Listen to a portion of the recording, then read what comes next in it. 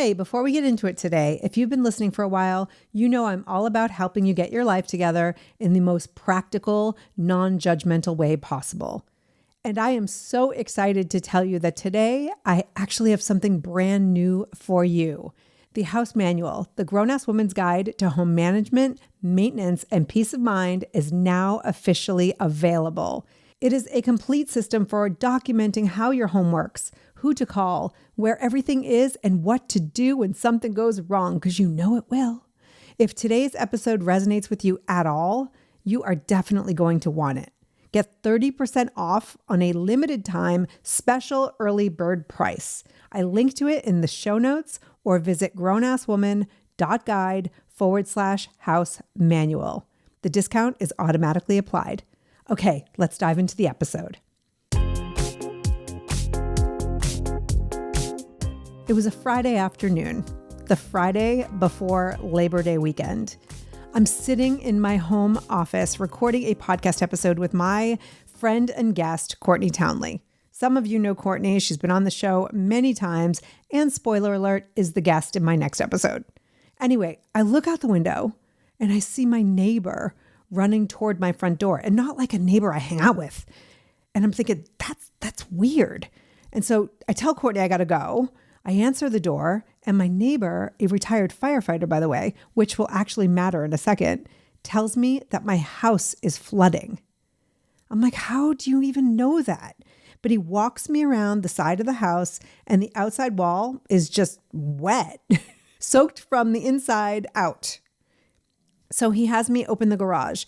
And when I did, it was raining inside my garage, like a full rainstorm inside my house. So we run upstairs, and the bathroom my kids use is completely underwater. The water is in the bathroom. The water is going to both of their bedrooms on either side of the bathroom.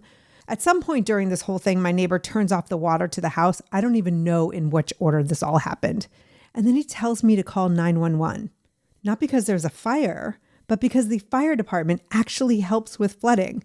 I had no idea this was a thing, and I didn't want to clog up the 911 system. So I'm like, I don't think we need to do that. But he's like, call them now. And they come and they help, and crisis is averted-ish. Now I've got to get a plumber to come and fix what's going on behind the wall. And so I do what any normal Gen X middle-aged woman does. I go to Facebook to ask anyone if they knew a plumber, because I had zero idea who to call. And I'm terrified at this point, I'm not going to find anyone over a holiday weekend. Now, it's important to understand I had lived in my house for years, and I was completely helpless. And here's the thing, I have a husband. I have a neighbor who happened to be a retired firefighter and saw what was happening. I had people around me, and I was still a hot mess. Okay, flash forward to January 2025, the LA fires. We're about 30 miles outside of LA, but we have our own fires happening. And my neighborhood goes under evacuation warning. Not evacuation order, warning, which means pack your stuff, get ready to go, because if this moves from yellow to red, you have no time to do it later. You just go. So my husband and I and our 3 kids start packing up the house. We're taking videos of our valuables for potential insurance claims. We're trying to figure out what matters, what to grab, what to protect. And I realized 2 things in that moment that stopped me like right in my tracks. Number 1, I didn't know what to pack. I had important things scattered everywhere, not labeled, not organized, not together. I was wasting time on things that didn't matter because I couldn't quickly identify what did matter. And 2, I was spending so much time managing the stuff that I wasn't focused on protecting my family. Now, don't get me wrong. We spent a night at the grandparents', came back to our home completely unscathed. We were absolutely okay. I am grateful every single day, and I think about those people in LA who were not so lucky. But that night cracked something open in me, because I thought about all the women like me who just let this stuff fall on a partner, or who are going through it on their own, or who maybe don't have a neighbor who just happened to be a firefighter without having that person around who knows what to do. And I thought, this is ridiculous. I have to be more prepared than this. We all, as women, have to be more prepared than this. It's not enough to hope someone else can take care of it. And I know with some clear direction and a little support, we can do this, because we do so much. Of course we can do this. You know, this stuff gets me fired up. And so I recently did an episode with a woman named Beth who does have it under control. I learned so many things from her in that one episode. I will link to it here. But that episode also inspired me to poll my Facebook community, the Grown Ass Woman's Guide group. So I asked them, how well do you know your home? If you suddenly had an emergency, could you turn off the water or the gas? Do you have numbers for service providers and emergency services nearby? 73% of the women in my group said they were either winging it or had no idea how their home worked. 73%. Now, we're not talking helpless women. These are grown-ass, capable, smart women who manage careers and families and lives, and almost 3/4 of them don't actually know how their home functions. And guess what? I was right there with them. I've now lived in my home for 10 years, and I'm still learning. But this is what I want you to hear. It's not about being handy. It's not about knowing how to fix things. It's about being informed. It's about knowing where the shutoff valve is. It's about having your plumber's number somewhere so you can actually find it, knowing what's in your home, where it lives, who to call when something goes wrong. Because something will go wrong.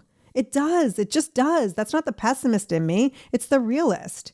The question is whether you want to be that person scrambling on Facebook on a holiday weekend or the one who has a clear system. I'm choosing now to be the latter. And if you need it, I would love to help you too. So let's talk about what every woman, whether you own, rent, or are currently sleeping on a very nice pull-out couch while you figure out your next move, should actually know about the place she lives in. Number 1, where is your water shut off? Not somewhere outside, I think, or my ex handled that. The actual location. Because when water is coming through your ceiling, and you know I speak from experience, you have approximately 0 seconds to figure it out. If you're renting, this matters even more because your landlord is not showing up at 11 p.m. on a Friday. Go find your water shut off. I'll wait. Okay, number 2. Do you have a plumber's number saved in your phone? Not a Google search, an actual saved contact. Same thing goes for an electrician, a heating and air conditioning person, a locksmith. You do not want to be crowdsourcing a plumber on Facebook on Labor Day weekend. Again, experience. Number 3, where is your circuit breaker and do you know how to reset it? This one's for the women who have stood in the dark, flipping switches and hoping for the best. The breaker box is usually in a closet, a garage, or utility room. Mine's outside on the side yard. It has little switches. One of them is probably slightly off from the others, maybe a little loose. That's your guy. Flip it all the way off and then back on. And if you're an overachiever, you may want to consider labeling those breakers, but we'll talk about that later. Number 4, do you have your important documents somewhere that you can actually find them in 3 minutes? Not in a pile, not in a drawer you haven't opened since 2013. I'm talking insurance policies, lease or mortgage documents, warranties, maybe your will and trust. Because if you have to evacuate, you will not have time to dig. You'll grab what's visible and leave. Make the right things visible. And number 5, does anyone else know how to get into your home if something happens to you? Is there a spare key, a garage code, a lockbox, something? This is the one people skip because they don't want to think about if something happens to me. It feels morbid. It's not morbid. It's grown ass. And this is exactly why I built the house manual. It is not a home repair guide. It is not a DIY course. It's a complete documentation system for your home, the things you need to know, the people you need to call, the information you need to have when everything hits the fan. It covers your emergency contacts and service providers, the people I was just talking about, the plumber, the electrician, HVAC, all of it in one place. It walks you through your home systems so you actually know where things are and how they work. And it includes a home emergency action plan so that when something happens, you're not standing in a flooded garage trying to think. It's the thing I wish I had back on that September day when my house was raining inside. And I genuinely believe every woman who owns or rents a house, condo, or apartment needs this.